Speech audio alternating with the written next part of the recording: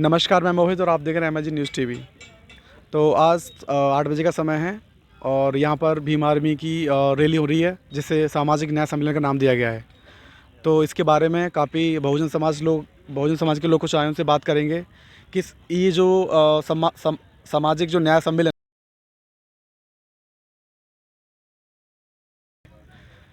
क्या नाम है आपका?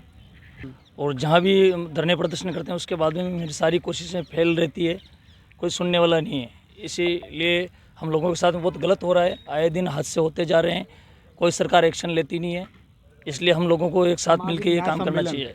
सामाजिक न्याय सम्मेलन, इसके अलावा और भी कोई मोटिव हो सकता है रैली का?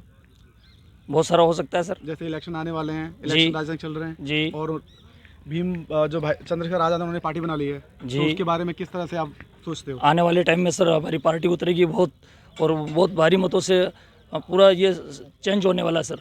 अभी राजस्थान में 200 सीटें हैं, इलेक्शन भी नज़दीक आने वाले हैं जी, तो क्या प्रोपेगेंडा है, किस तरह से आप कितनी सीट बवाल आ चुका है दलितों के अंदर, दलितों के साथ अत्याचार हो रहा है आए दिन।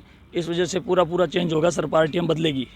तो सरकार गहलोत की सरकार चल रही है अभी, जी, तो सरकार के बारे में क्या कहना चाहोगे आप? सर गहलोत सरकार ने दलितों के साथ में कोई अच्छा नहीं किया है, कहीं सुनवाई नहीं हुई है, जहाँ भी अत्याचार होते हैं कोई सरकार एक्शन लेती नहीं है। सर आपका नाम क्या है? संजना मेघवाल, चित्तौड़ जिले से। जी, तो किस तरह से आप देखती हैं इस रैली को? ये सामाजिक न्याय सम्मेलन हो रहा है, बड़े भाई साहब कर रहे हैं, तो इसमें ये है कि जो हत्याकांड हो रहे हैं बहन बेटियों के साथ, उनके लिए। ओके, आपका नाम? मेरा नाम संतोष मेघवाल है। जी, कहाँ से हैं आप? हम चित्तौड़ जिला से। बताइए कुछ रैली के बारे में, जिला जो हो रहा है यह प्रोग्राम। ये प्रोग्राम है यहाँ पे सामाजिक न्याय महासम्मेलन। इसके उद्देश्य से हम यहाँ आए हैं, और जो हमारी बहन बेटियों के साथ में जो उत्पीड़न होती है। सामाजिक न्याय सम्मेलन किस तरीके से आप इसकी मत समझाने में किस तरीके से यहाँ पर स्पीच होगी? सर ये जो हमारे दलितों के साथ में उत्पीड़न होता है उसको न्याय दिलाने के लिए, ठीक है, और हमारी बहन बेटियों के साथ में बलात्कार होता है, जो भी उनके साथ में होता है उसको न्याय नहीं मिलता है, इसलिए। सर आपका नाम क्या है? लाला मेघवाल। लाला मेघवाल, बताइए सर इसके बारे में काफ़ी तैयारी चल रही है जोरों से और जी बिल्कुल आप हालांकि देख ही रहे होंगे राजस्थान के अंदर दलित, आदिवासी और पिछड़े वर्ग के ऊपर जो अत्याचार हो रहे हैं, ये जो गूंगी बेरी सरकार है सुनती नहीं है। हमें बार बार जेलों के अंदर ठूस दिया जाता है, और यहाँ के जो नेता हैं, जैसे कांग्रेस के नेता है तो इंद्र मेघवाल हत्याकांड हुआ तो उसके घर पर मिलने जा सकते हैं, लेकिन बड़े भाई चंद्रशेखर आज़ाद जी को क्यों नहीं जाने दिया जाता है? और हमारे यहाँ के कुछ लोग हैं जो बोलते हैं कि चंद्रशेखर यूपी से आगे यहाँ पे अगर राजनीतिक रोटियां सेक रहे हैं, तो हम बोल रहे हैं कि भाई हमारी समाज को न्याय दिलाकर वो पराठे सेक लें। वो पराठा सेकना भी नहीं आता उनको, ना ही राजनीतिक रोटियां सेकने देते हैं। उनको क्या लगता है? हम नहीं। एक बात उन्होंने बोली कि सप्ताह को लीजिए उसके बाद न्याय कीजिए, तो जैसे इलेक्शन भी आने वाले हैं। जी बिल्कुल, इलेक्शन में क्या उद्देश्य आने वाला है? बिल्कुल इलेक्शन में जितनी भी छोटी मोटी पार्टियां हैं, और जैसे आज़ाद समाज पार्टी है, तो बिल्कुल तमाम सीटों पे फाइट करेंगी। जैसे बहुजन समाज पार्टी है और आपकी ASP भी है, आज़ाद समाज पार्टी, तो समाज दो जगह बढ़ चुका है, तो समाज को एकजुट होने के लिए आपका क्या पहले तो मैं आपको एक बात बताता हूँ, जब भी अगर राजस्थान के अंदर जब दलित आदिवासियों के ऊपर अत्याचार होता है तो आप मुझे बताओ बहुजन समाज पार्टी से एक भी नेता बोला है क्या?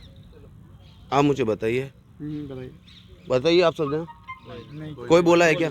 बार बार बड़े भाई चंद्रशेखर आज़ाद जी आवाज़ क्यों उठाते हैं? और दूसरी बात, बहन कुमारी मायावती 4 बार CM रह चुकी हैं, उनके कार्यकाल में जो बहुजन समाज है काफ़ी ऊंचा उठाया और काफ़ी उन्हें जित भी मिली है, और उन्हीं की वजह से आज ये सारी चीज़ें हैं। इसके मामले में क्या बोलना चाहोगे? देखिए उनके काल में उन्होंने बहुत अच्छा काम किया, ठीक है, और दूसरी बात है देखो वक्त के साथ सब बदलना चाहिए, और युवा पीढ़ी आज जाग रही है, तो आज बड़े भाई चंद्रशेखर आज़ाद के संघर्ष को लेकर सरकार तो वोटों से बनती है, ठीक है ना। अगर एक बहुजन समाज के लोग हैं, अगर वो बढ़ जाएंगे तो सरकार कैसे बनेगी? तो मैं आपसे ये पूछना चाह रहा हूँ कि इस समाज को एकजुट कैसे करोगे आप? देखिए आप मीडिया से हो तो आप सभी जितने भी जो सामाजिक संगठन है उन सभी को बोलिए आ जाओ एक मंच पे, हम तो तैयार हैं। बताओ कब मना किया है? एक स्टेटमेंट और आप खूब वायरल हो रहा है आकाश आनंद जी का, उसके बारे में कुछ? देखिए अभी तो क्या एक चुनाव आए हैं तो बाहर आए हैं, और भी नेता आएंगे, ठीक है। तो आप जैसे बोल रहे आकाश आनंद जी, तो मैं पहली बार नाम सुन रहा हूँ, सही बात बताऊँ तो मैं पहली बार सुन रहा हूँ कौन है ये, ठीक है। एक दिन में वो आदमी हाईलाइट हो गया, सही बात बताऊँ हम तो जानते भी नहीं है। आप में से कोई जानते हैं आकाश जी को? कौन है भाई? इतने सारे अत्याचार हुए दलित आदिवासियों के ऊपर, तो ये आका जी गए कहाँ थे इतने दिन? या फ्लाइट में घूम रहे थे मोदी जी की तरह? कि जो सत्ता है उसे संभालेंगे और चीज़ों को आगे इम्प्लीमेंट करेंगे। अच्छा, तो पहले तो धरातल पे क्रांति होती है, फिर सत्ता हासिल की जाती है। बिना धरातल पे क्रांति किए ही आप सत्ता कैसे हासिल कर लोगे? बताइए आप मुझे। समाज को एकजुट होने की बात मैं आपसे पूछ रहा हूँ। देखिए, समाज एकजुट होगी जब भी कुछ हो पाएगा, जब भी दलितों के या बहुजन जो लोग हैं उनका भला हो पाएगा।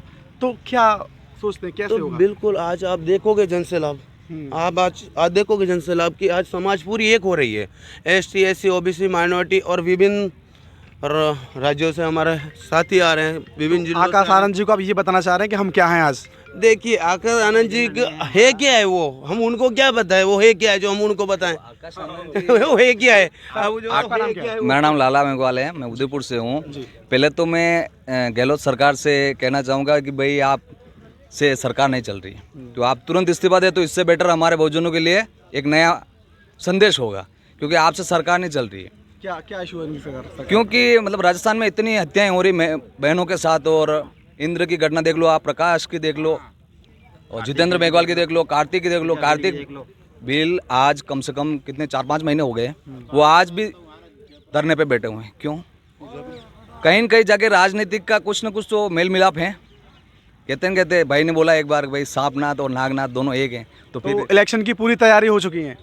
इलेक्शन की पूरी तैयारी है। देखो, सत्ता आए ना आए, लेकिन कोशिश और संघर्ष हमेशा जारी रहेगा, और बहुत ही जल्दी इस तोतली सरकार को भगाने का काम करेगी ये भीम आर्मी और आज़ाद समाज पार्टी।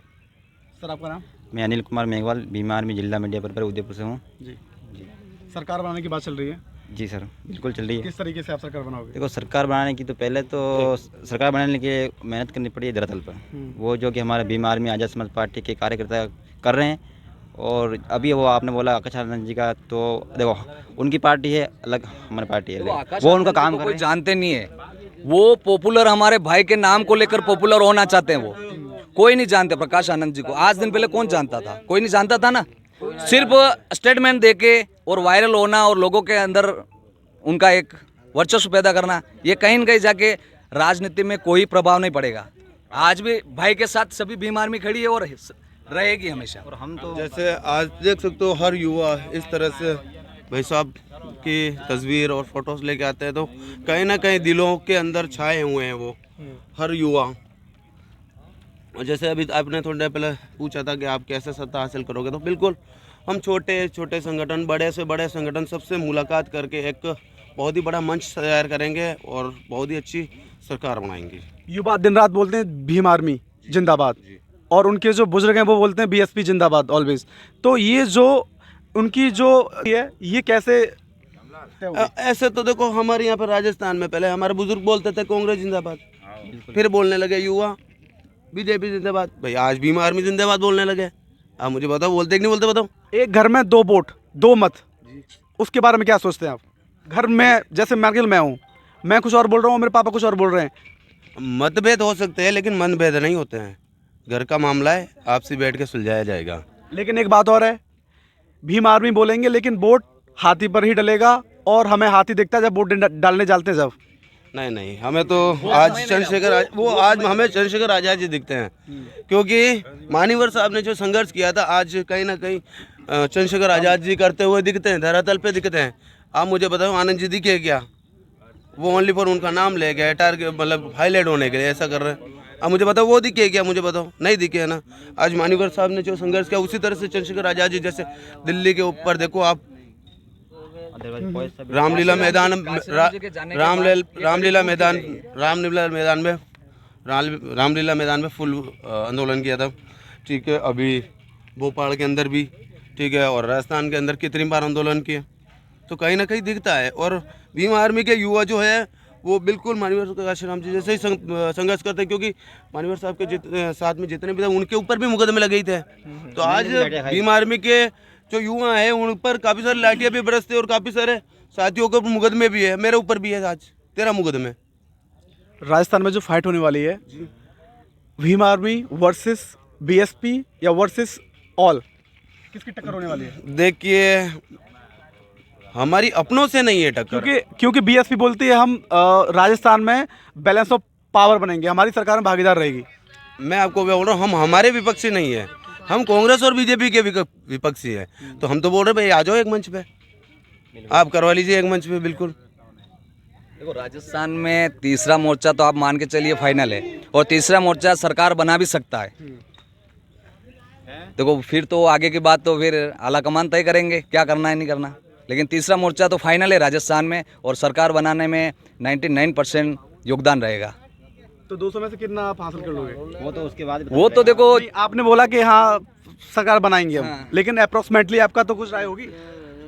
70-80 के लमसम तो हम पार करने की कोशिश है, क्योंकि पहली बार चुनाव में उतरेगी टीम, पहली बार उतरेगी तो फिर देखो 200 में 200 तो नहीं हो पाएगा, लेकिन 70-80 की मैं कह सकता हूँ। मेहनत जारी है। जैसे लोगों का मानना है कि वोट तो हम एएसपी को ही देंगे, और बात रही मायावती की, तो भाई बोल रहे हैं कि एक मंच पर आओ और बैठ के बात करते हैं, इसके बारे में और बात करते हैं इसके बारे में। मैं मोहित, MLG न्यूज़ TV।